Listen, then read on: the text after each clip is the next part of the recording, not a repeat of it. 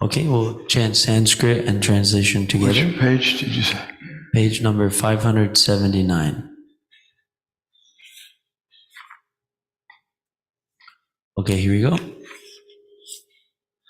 Kleshodiktarastesham avyakta sakta chetasam avyakta hi gatir dukam devadabhyavapite. For those whose minds are attached to the unmanifested, impersonal feature of the Supreme, advancement is very troublesome. To make progress in that discipline is always difficult for those who are embodied. Text number 6 and 7. Yetu sarvani karmani mayi sanyasya matparaha anyanyenaiva yogena mam dhyayanta upasate tesham aham samudharta mrityu sangsara sagarat bhavami na chirat parta maya yaveshita chetasam. For one who worships me, giving up all his activities unto me, and being devoted to me without deviation, engaged in devotional service, and always meditating upon me, who has fixed his mind upon me, O son of Pritha, for him I am the swift deliverer from the ocean of birth and death. Text number 8. Mayeva mana adhastva mayi buddhim niveshaya nivasyashi mayevata urdhvang na sangshayaha. Just fix your mind upon me, the Supreme Personality of Godhead, and engage all your intelligence in me. Thus you will live in me always without a doubt. Text 9. Atachitang samadvatum na shaknoshi mayi stiram abhyasa yogena tato mam ichhaptum dhananjaya. My dear Arjuna, O winner of wealth, if you cannot fix your mind upon me without deviation, then follow the regulated principles of Bhakti Yoga. In this way, you will develop a desire to attain me. Text 10. Abhyase pyasamartosi mad karma paramo bhava mad artam api karmani kurvan siddhim avapsyasi. If you cannot practice the regulations of Bhakti Yoga, then just try to work for me, because by working for me, you will come to the perfect stage. Text 11. Atai tad apyashaktosi kartum madhyogam ashritaha sarva karma palatyagam tata kuru yatatmavan. Translation. If, however, you are unable to work in this consciousness, then try to act, giving up all results of your work, and try to be self-situated. Text 12. Shreyo hi jnanam abhyasaj jnanadanam vishishyate dhyanat karma palatyagas tyagach chantir anantaram. If you cannot take to this practice, then engage yourself in the cultivation of knowledge. Better than knowledge, however, is meditation, and better than meditation is renunciation of the fruits of action, for by such renunciation one can attain peace of mind. Text 13 and 14. Adveshta sarva bhutanam maitra karuna evacha nirmamo nirahankara namaduka sukha kshami santushta satatam yogi yatatman tridha nishchaya mayarpita mano buddhir yo madbhakta same priyaha. One who is not envious, but who is a kind friend to all living entities, who does not think himself a proprietor, who is free from false ego and equal both in happiness and distress, who is always satisfied and engaged in devotional service with determination, and whose mind and intelligence are in agreement with me, he is very dear to me. Final text, text number 15. Yasmano dvijate loko, lokano dvijate chaha, harsha marsha bayo dvegar, yumukto yasachame priyaha. He for whom no one is put into difficulty and who is not disturbed by anxiety, who is steady in happiness and distress, is very dear to me. Thank you very much. So we'll go back to text number 5. And we'll begin to read the translation and purport given by His Divine Grace A.C. Bhaktivedanta Swami Prabhupada. So chapter 12, text number 5. For those whose minds are attached to the unmanifested, impersonal feature of the Supreme, advancement is very troublesome. To make progress in that discipline is always difficult for those who are embodied. Purport. The group of transcendentalists who follow the path of the inconceivable, unmanifested, impersonal feature of the Supreme Lord are called Jnana Yogis. So this one's on page 579. Sorry about that. And continuing, and persons who are in full Krishna consciousness, engaged in devotional service to the Lord, are called Bhakti Yogis. Now, here the difference between Jnana Yoga and Bhakti Yoga is definitely expressed. The process of Jnana Yoga, although ultimately bringing one to the same goal, is very troublesome, whereas the path of Bhakti Yoga, the process of being in direct service to the Supreme Personality of Godhead, is easier and is natural for the embodied soul. The individual soul is embodied since time immemorial. It is very difficult for him to simply theoretically understand that he is not the body. Therefore, the Bhakti Yoga, the yogi, accepts the deity of Krishna as worshipable because there is some bodily conception fixed in the mind, which can thus be applied. Of course, worship of the Supreme Personality of Godhead in his form within the temple is not idol worship.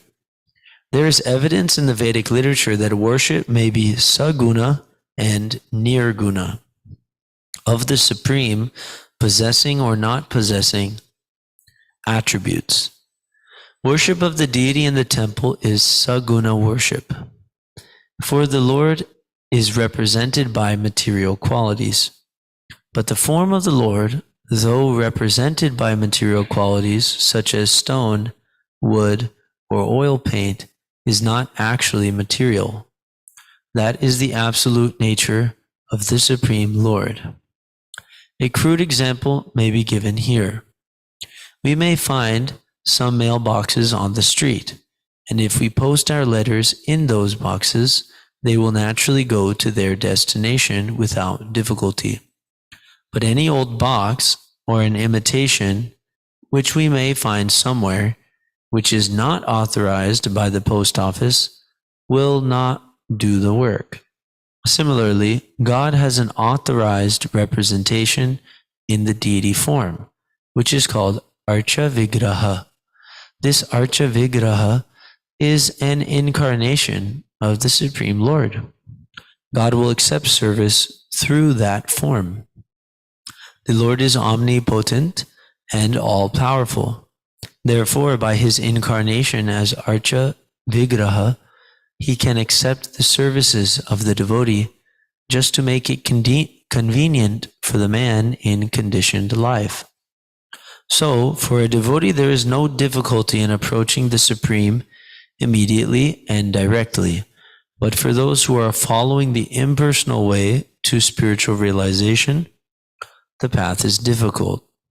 They have to understand the unmanifested representation of the Supreme through such Vedic literatures as the Upanishads, and they have to learn the language, understand the non-perceptual feelings, and they have to realize all these processes. This is not very easy for a common man. A person in Krishna consciousness engaged in devotional service simply by the guidance of the bona fide spiritual master, simply by offering regulative obeisances unto the deity, simply by hearing the glories of the Lord, and simply by eating the remnants of foodstuffs offered to the Lord, realizes the Supreme Personality of Godhead very easily. There is no doubt that the impersonalists are unnecessarily taking a troublesome path with the risk of not realizing the absolute truth at the ultimate end. But the personalist, without any risk, trouble, or difficulty, approaches the Supreme Personality directly. A similar passage appears in Srimad Bhagavatam.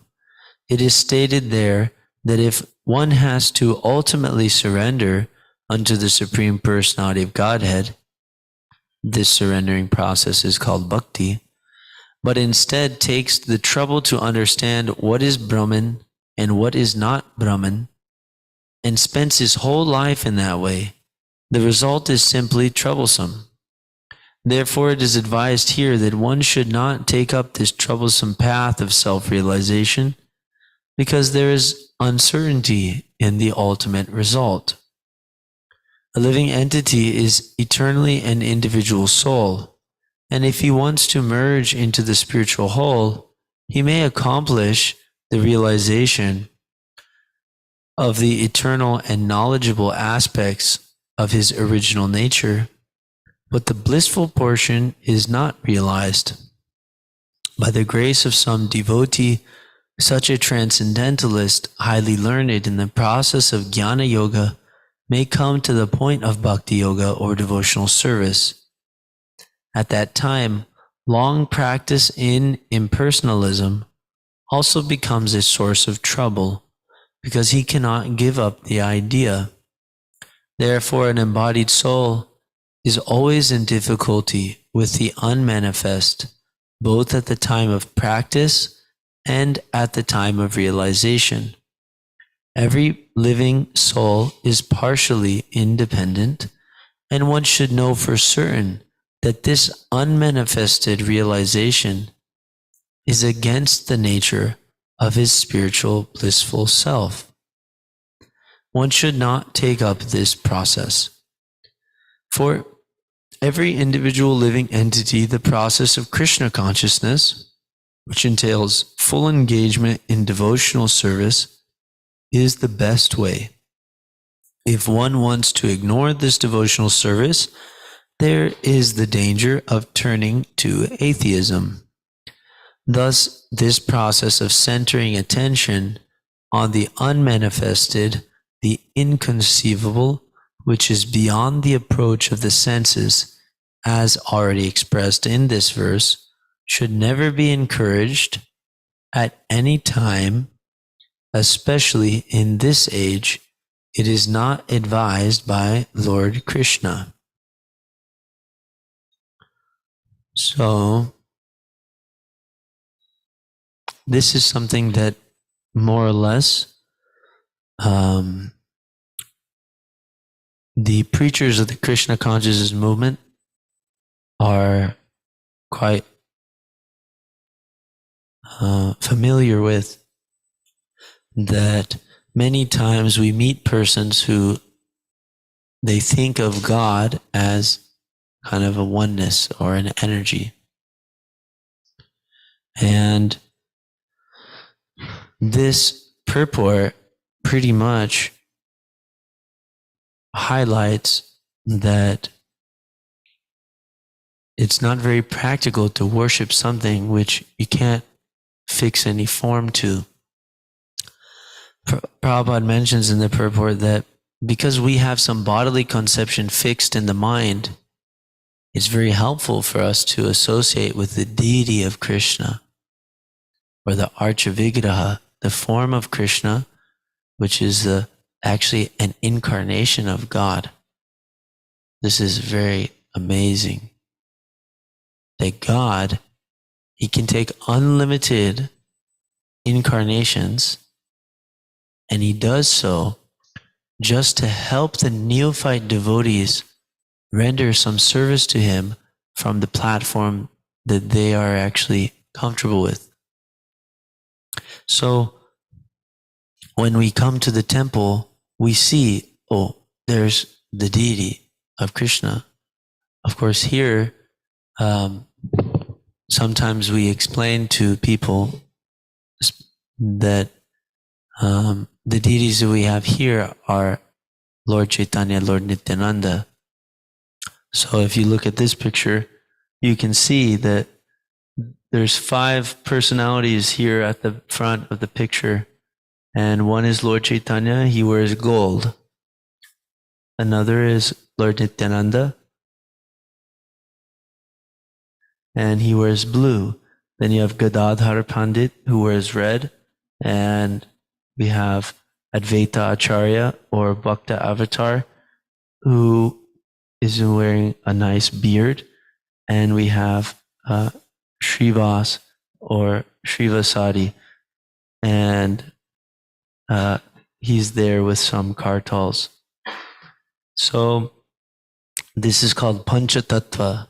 So in this age of Kali Yuga, the Lord comes accompanied with his associates to perform the Sankirtan Yagya. So in chapter 3, each, or the Lord Krishna, he delineates that if one wants to advance in spiritual consciousness, or if one wants to attain perfection, then he has to act, but he does so in a mood of sacrifice, or he does so to please the Supreme.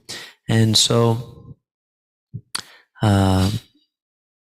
Krishna in the chapter 3, he tells Krishna that you surrender all your works unto me, and don't be lethargic. You should fight. You should do your duty.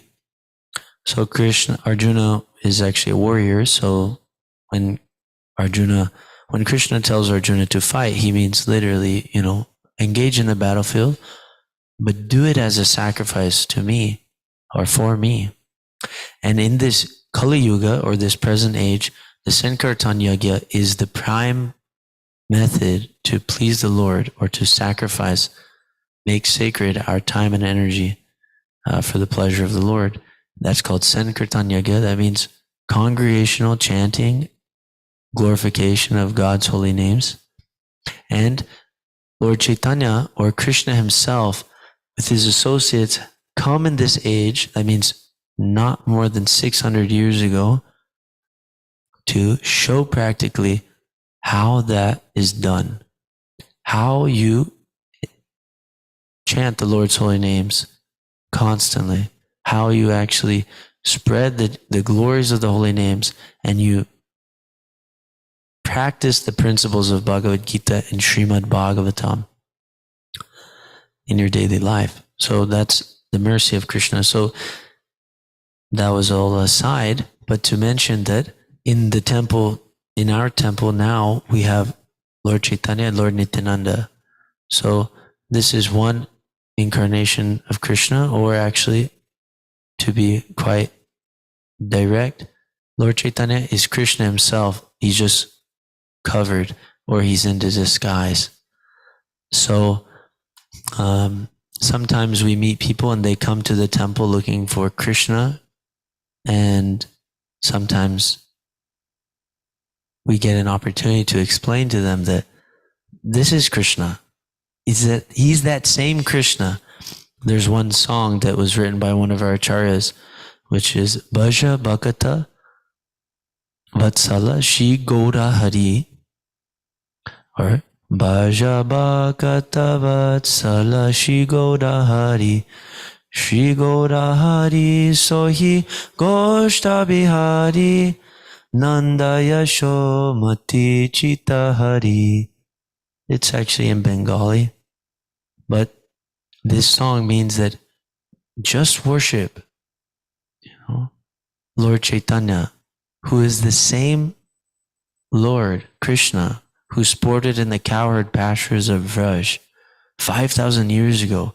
Before he spoke this Bhagavad Gita, Krishna was on this planet in the cowherd pastures, chasing the cows, grabbing their tails, playing with his friends. That's how God has a good time, right? That's just his thing. That's very mystical. If we approach this Krishna through this Bhagavad Gita, one day we will understand these things as much as he wants us to. But this Lord Chaitanya is that same Krishna. That's what our Acharya Bhaktivinoda Thakur has actually declared. And if you want to get real specific, there's one book or one magazine that we have here. It's called Vaishnava Society. In the beginning of this book, there's literally dozens upon dozens of scriptural evidence for Krishna coming in this age as Lord Chaitanya. It's not just in one scripture. There's many different scriptural references. So it's not just that we decided he's an incarnation of God and this and that, which is not very much authorized. Actually, I think we read a purport just yesterday about that. So anyway, so in the temple we have Lord Chaitanya. This Lord Chaitanya, or this form that we come to the temple, we see this building. You say, in there is actually the deity. And when we come here, we see the deity and we see him represented by material qualities. That's how Prabhupada words that. He's represented by material qualities, but actually he is not material.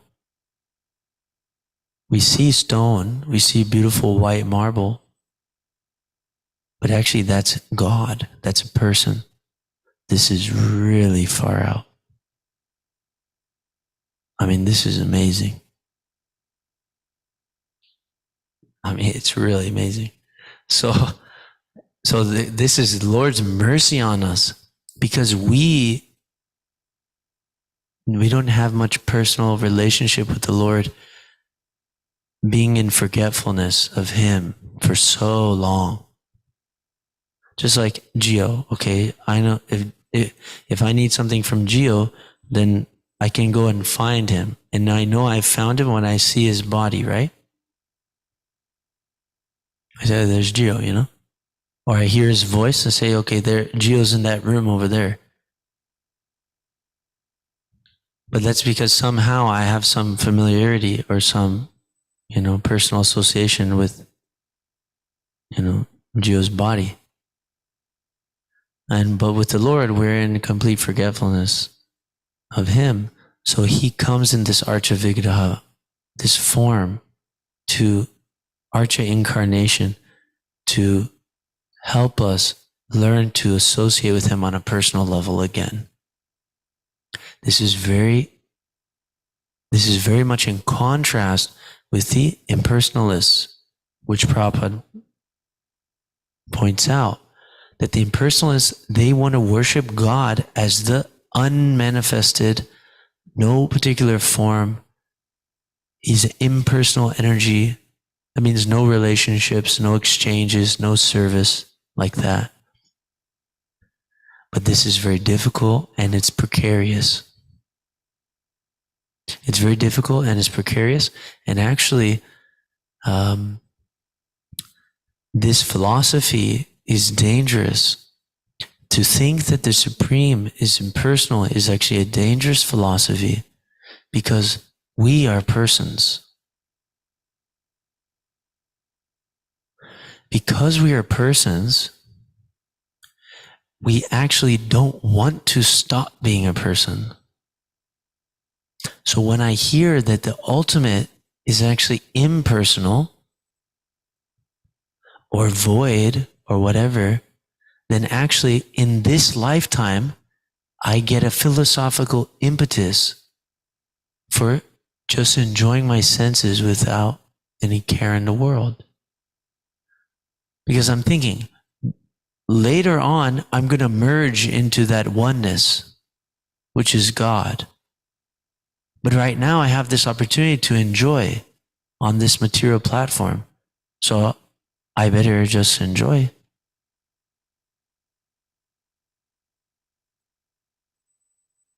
So it's actually dangerous philosophy, which actually binds the conditioned soul into more and more bondage.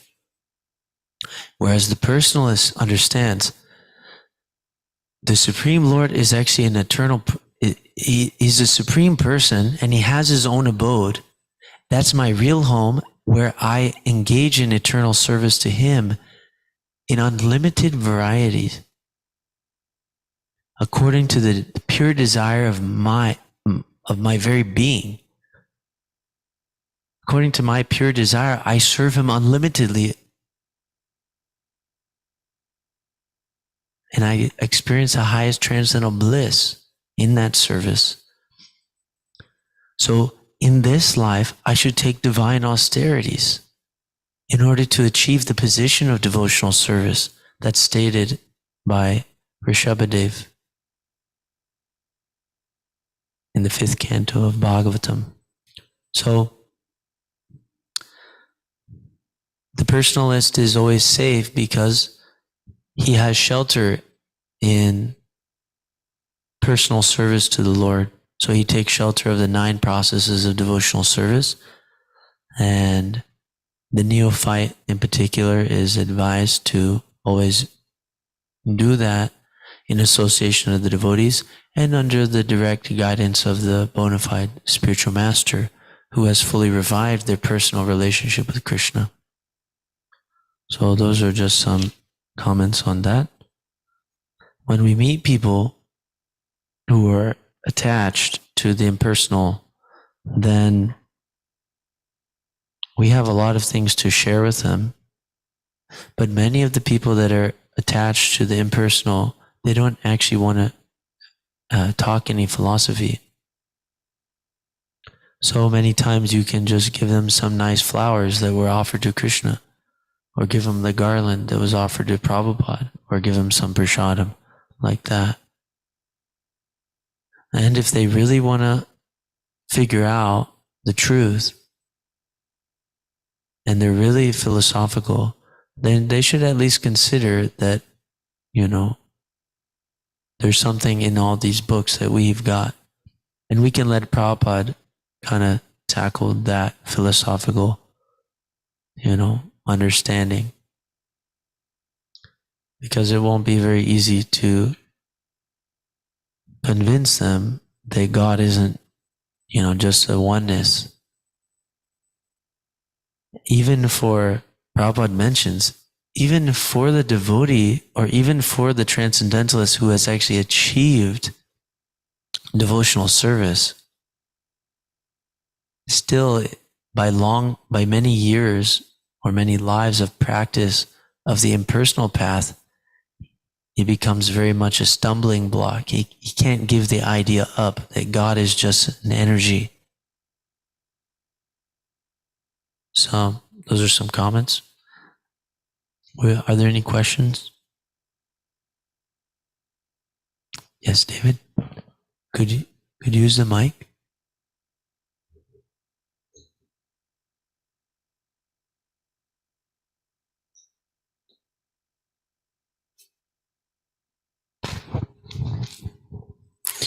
I just had a comment. It's almost like, it's funny because this is so much simpler than like the impersonalist way. And like as human beings though, we always tend to make things so complex. And I feel like this, like seeing God is like a person too, and like a personality. It makes it so much simpler, and like you don't have to get wrapped in like all these crazy concepts and this oneness that you can't put a form to. And honestly, it's like genius. It blows my mind. That's what I wanted to say, though. Yeah. Yes, it is simpler. And honestly, though, if it's simple for us, then somehow we've been made fortunate, because it's our natural, it's the default to be impersonal in our conditioned state, in our being embodied. But somehow or other, the pure devotees have had mercy on us, and it just clicks for us. But he's such that he reserves the right to not let us get it, So if somehow or other, he's kind of pulled back the veil of his blinding effulgence, that bright white light, and we can somehow see his personal identity, then this is a great mercy of the devotees on us. And we can take advantage of that, and by using all of our energy and time for glorifying that person, and help other people contact him, because it is way easier. And we should want to give it to others too.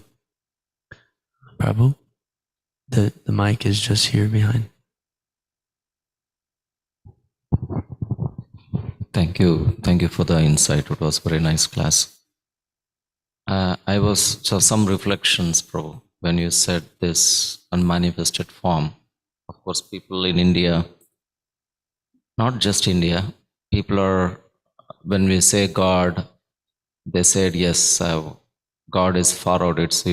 When you say deity form, why are you making that God, making a small deity like that, idol, not even deity, they say idol.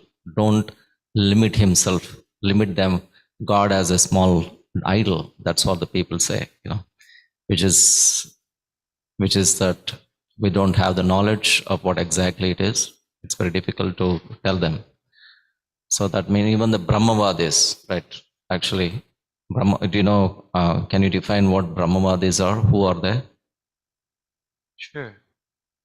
So I was thinking, when you take the Bhakti Yoga, Aham Brahmasmi, of course, right? And then Brahman, Paramatma, and Bhagavan, that realization. When you say Bhagavan, the Brahman and Paramatma is already in Bhagavan, right? They're already in Bhagavan, so you don't have to worry about it. So if you think about Bhagavan, they're already covered. And they're part of it.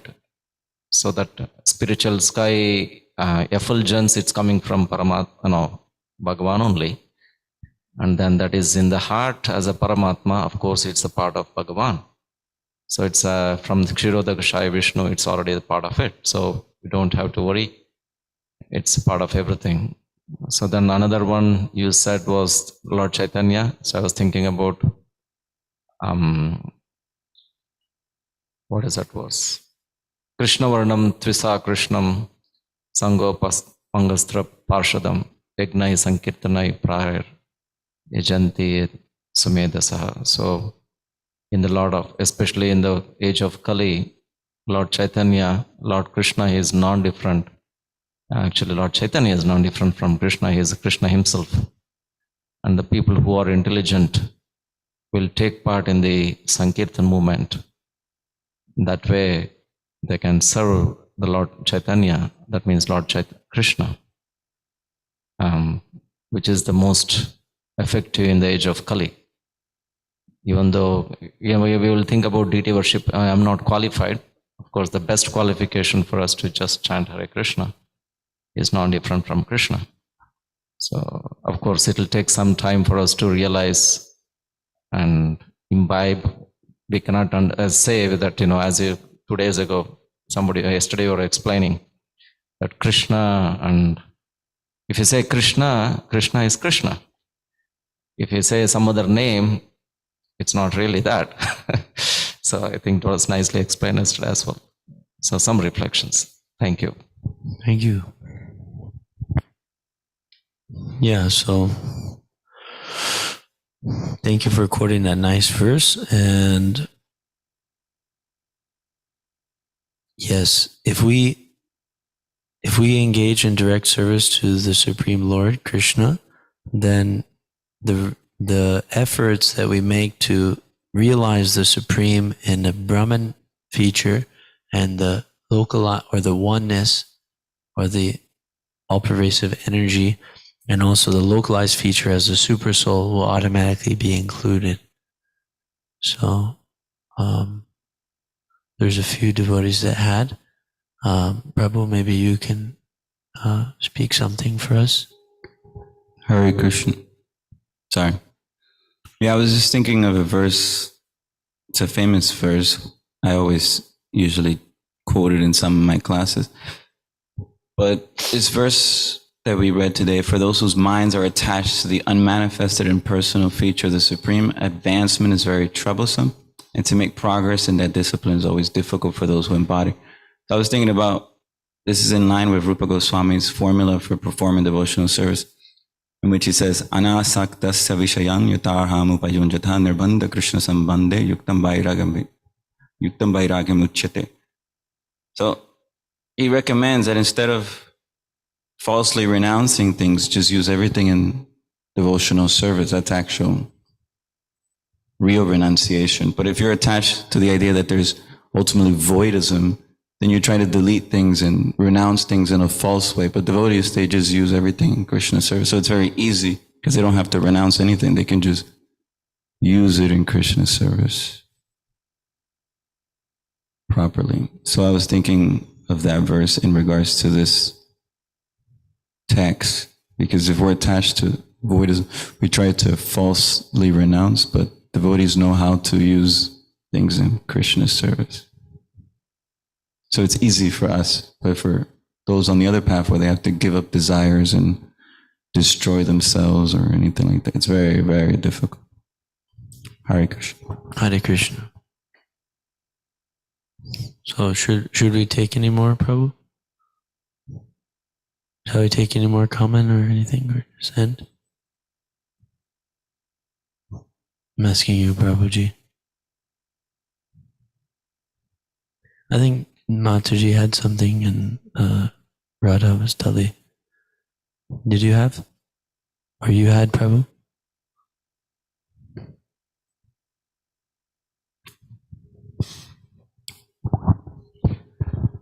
I was wondering, obviously performing devotional service to God, and then that gives one liberation, makes sense, because that's what, the essence of most religions say, including the Bhagavad Gita. But also we understand in Srimad Bhagavatam that Lord Buddha is actually Krishna, an incarnation of Krishna, and also that Sankaracharya is an empowered, agent of Krishna as incarnation of Lord Shiva. So this is all being directed by Krishna himself. So why, if one practices Buddhism or follows Sankaracharya, why is that, like, I don't know if condemned is the right word, but like, why are we trying to, I don't know, like, defeat that philosophy if the Lord is willing that as a path, like Buddhism or Sankaracharya, whatever you call it, Mayavad, yeah. Does that make sense? Take my question? Okay. Krishna never impedes on the living entity's minute free will. So Prabhupada mentioned that every living entity is minutely independent. So Krishna in the Bhagavad Gita states, Ye yata mam prapadyante tam tataiva bhajamyaham. That as they surrender unto me, I reward them. So if we want to imagine the Supreme as void, okay, then that more or less, he says, okay, fine. That's okay. I don't exist for you. But he does, because he's doing everything in terms of our maintenance. How do I digest food? I don't know. He does it. So then if we want to ultimately think that he's just energy, we want to take away his personal form, that's actually offensive. But still he allows it. So these are just,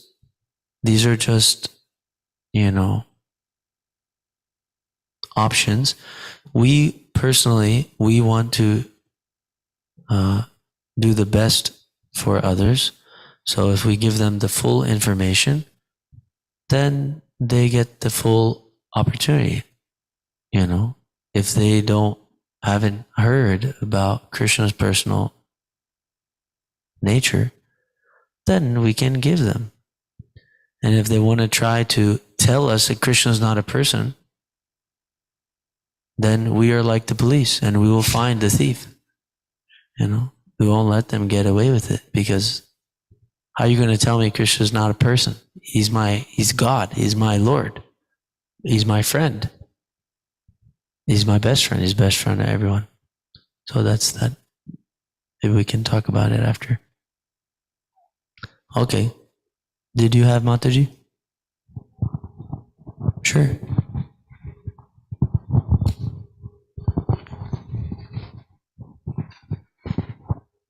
I just wanted to share a quick reflection, if that's okay. Yes. Just to expand upon this, like how Krishna consciousness is so nice and so simple. I like in the purport how text 5, of how Prabhupada just like lays out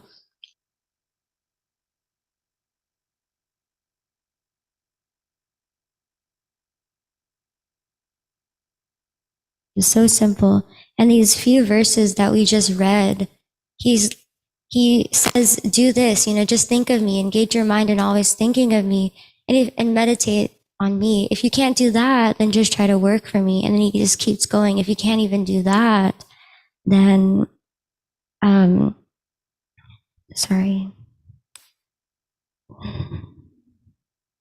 then follow the principles of,